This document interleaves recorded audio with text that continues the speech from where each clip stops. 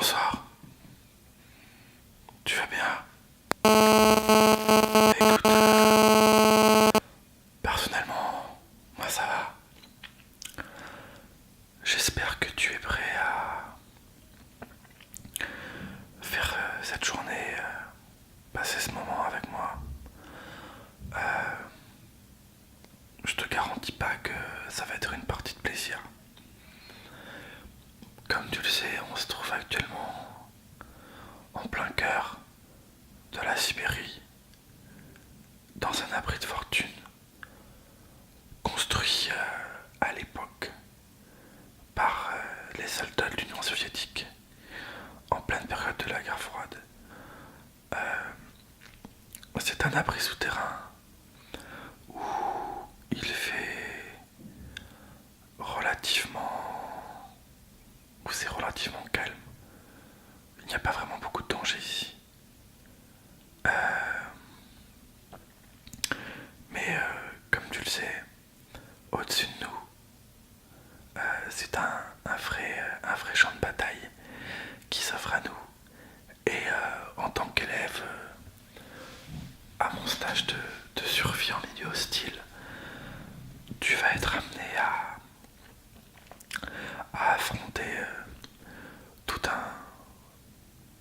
un type de danger différent, allant tout simplement des températures extrêmes qui sévissent à la surface. Inutile de te rappeler que tu devrais être bien équipé. On est aux alentours de moins 30 degrés en cette saison. Oui, effectivement, on a connu plus chaud. Mais là n'est pas le principal problème. Outre le froid, il y a aussi la difficulté à se repérer. Je suis pas adepte, pardon, de tous ces nouveaux outils que nous offre la technologie, car certes, à l'entraînement, on peut s'en servir et ils nous faciliteront la tâche. Mais le jour où on se retrouve vraiment perdu et que notre GPS est cassé, on a nos sens sur lesquels compter. C'est pourquoi, pendant ce stage, on n'utilisera aucun des moyens de télécommunication du XXIe siècle. On fera confiance aux étoiles et à notre sens de l'orientation. Voilà. Plus de 3 autres petites techniques dont je te parlerai plus en détail une fois qu'on sera à l'extérieur, car je ne voudrais pas trop te préparer.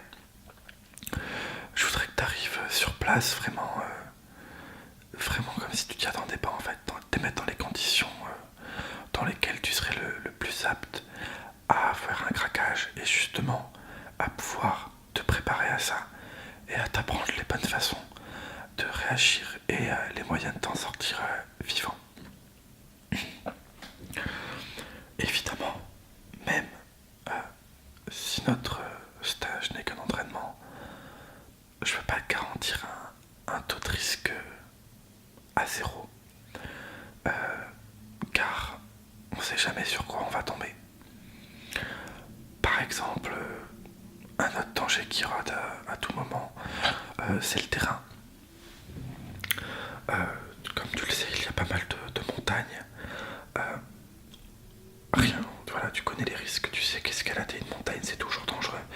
Mais même une fois que nous sommes au sol, à plat on va dire, les crevasses, les glissements de terrain, les avalanches, ça c'est autant de dangers qui menacent notre périple et notre aventure.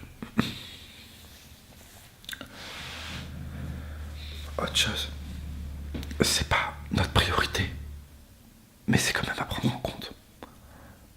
Il n'y a pas grand chose à manger à l'endroit où on va. On peut toujours trouver quelques poissons dans un lac gelé. On peut toujours essayer, prier, je ne sais pas, de tomber sur un ours, mais au final je suis pas sûr qu'une fois en face de lui on fasse vraiment les fiers. à part quelques oiseaux et comme je le disais, quelques poissons, on va pas avoir grand chose à se mettre sous la dent. Et en plus de ça, même si on trouve quelque chose, justement, je faisais une petite blague avec l'ours, mais c'est un vrai risque, car comme tu le sais, ces animaux ont un odorat surdéveloppé, et faire cuire un poisson à ces endroits où le sol est, où l'air est pur, où il n'y a pas d'arbres, où les odeurs peuvent se propager, on va avoir une longue portée olfactive qui pourrait ramener justement des prédateurs un petit peu plus dangereux. Donc une solution pardon, notamment pour remédier à ça, c'est de manger cru tout simplement.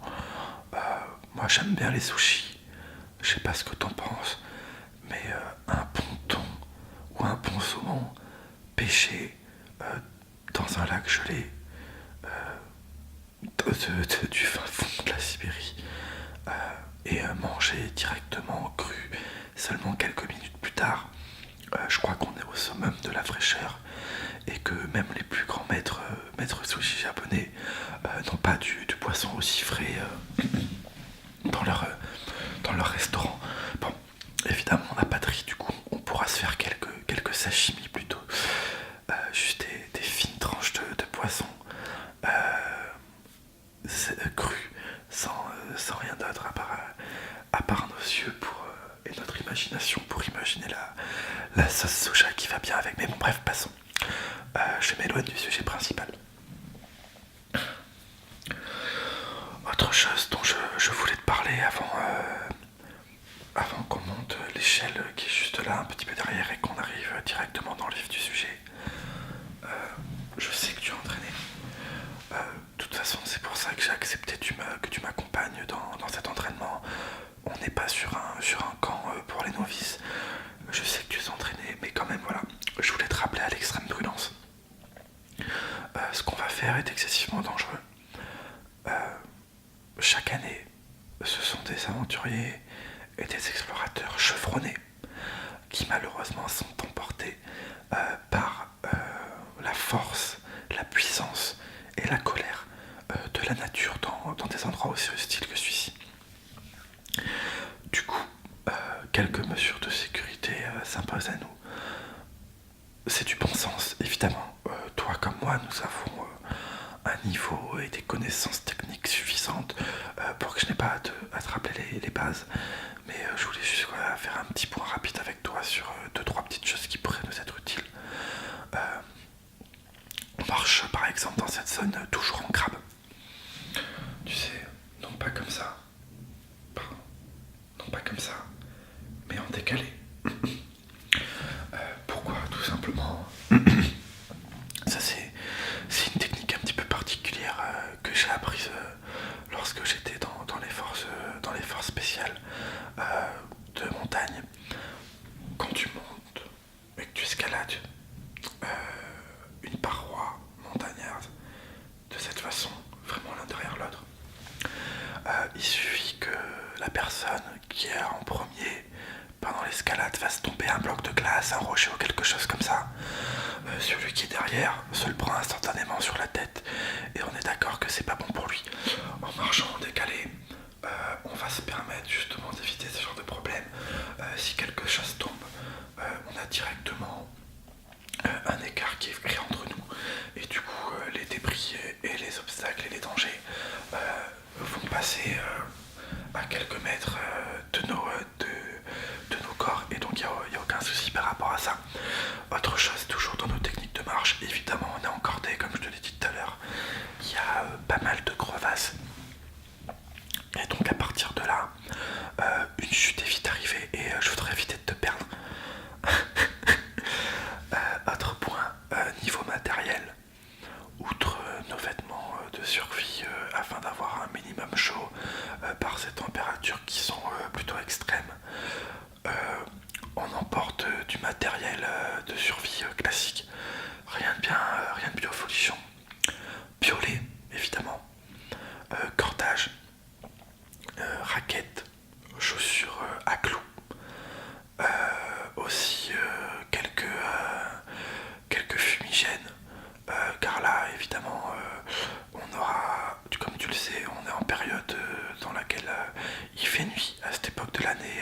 15 heures par jour. Et en cas de problème, un désencordage,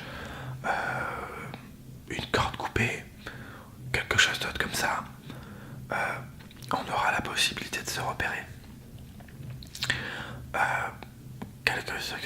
Quelques ustensiles de base aussi, comme des lampes de poche, ce genre de choses, et une eau UV pour dormir. J'ai pas souhaité prendre de tente, tout simplement pourquoi la tente c'est un petit peu la solution de facilité. On a un isolant fantastique qui se trouve sous nos pieds pardon, à des centaines et des centaines de kilomètres autour de nous. C'est la neige, bien tassée et bien taillée. La neige est vraiment un excellent isolant, en plus d'être un formidable coup de vent. Du coup c'est pour ça que comme ça, ça sera l'occasion que tu apprennes à faire un igloo, tout simplement, qui est vraiment un excellent abri et qui est quand même un petit peu ludique à construire. Enfin, les premiers sont ludiques.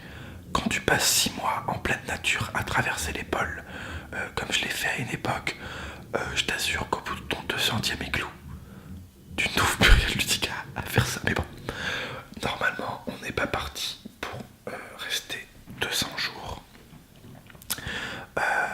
en pleine nature. Donc, ça devrait le faire. Voilà, écoute, pour l'instant, c'est les choses dont je voulais te parler, les petites choses un petit peu générales. Évidemment, on va, une fois qu'on sera sur place, au fil des jours, au fil du temps,